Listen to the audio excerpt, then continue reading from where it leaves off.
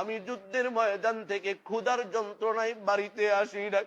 ও বিবি জানোনি আমার নবী খন্দকের ময়দানে ক্ষুধার্ত অবস্থায় পেটের ভিতরে পাথর বেঁধে রাখছে। আমি জাবের এই দৃশ্য দেখিয়া সহ্য করতে পারি নাই।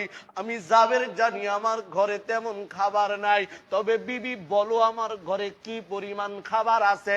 এবার জাবেরের স্ত্রী ডাক দিয়া কয়, আমাদের ঘরের ভিতরে সামান্য একটু আটা আছে, সামান্য একটু গমের আটা আছে, ওই আটাটা দিয়া সর্বোচ্চ 1 থেকে 2 জন খাইতে পারবে, এর চাইতে বেশি কেউ খাইতে পারবে না। জাবের বলে আর কি কিছুই নাই। এবার জাবেরের স্ত্রী ডাক দিয়া বলে, না আমাদের ঘরে আর তেমন কোনো খাবার নাই, তবে একটা ছোট্ট ছাগলের বাচ্চা আছে, বকরির বাচ্চা আছে। এবার জাবের ডাক দিয়া কয়, ও বিবি আমার,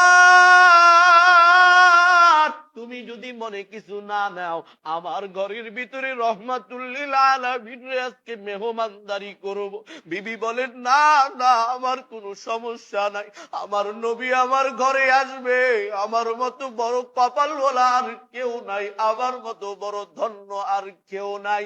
এবার বিবি বলে, ও স্বামী আমার, আমাদের ঘরের ভিতরে খাবার মাত্র 2-3 জনের, কিন্তু খন্দকের ময়দানে প্রায় 1500 সাহাবায়ে কেরাম নবী সহ এতগুলো মানুষরে আমরা কেমনে খাবার খাওয়াবো।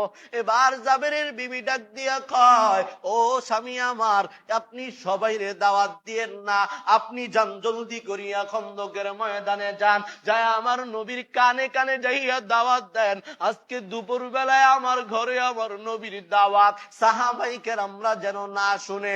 ও এলাকার মুসলমানেরা, ও বৃদ্ধ বাবারা, যুবক ভাইরা, একটু ভালো করিয়া শুনো, লা ইন শাকারতুম লা আযীদান্নাকুম ওয়া লা ইন কাফারতুম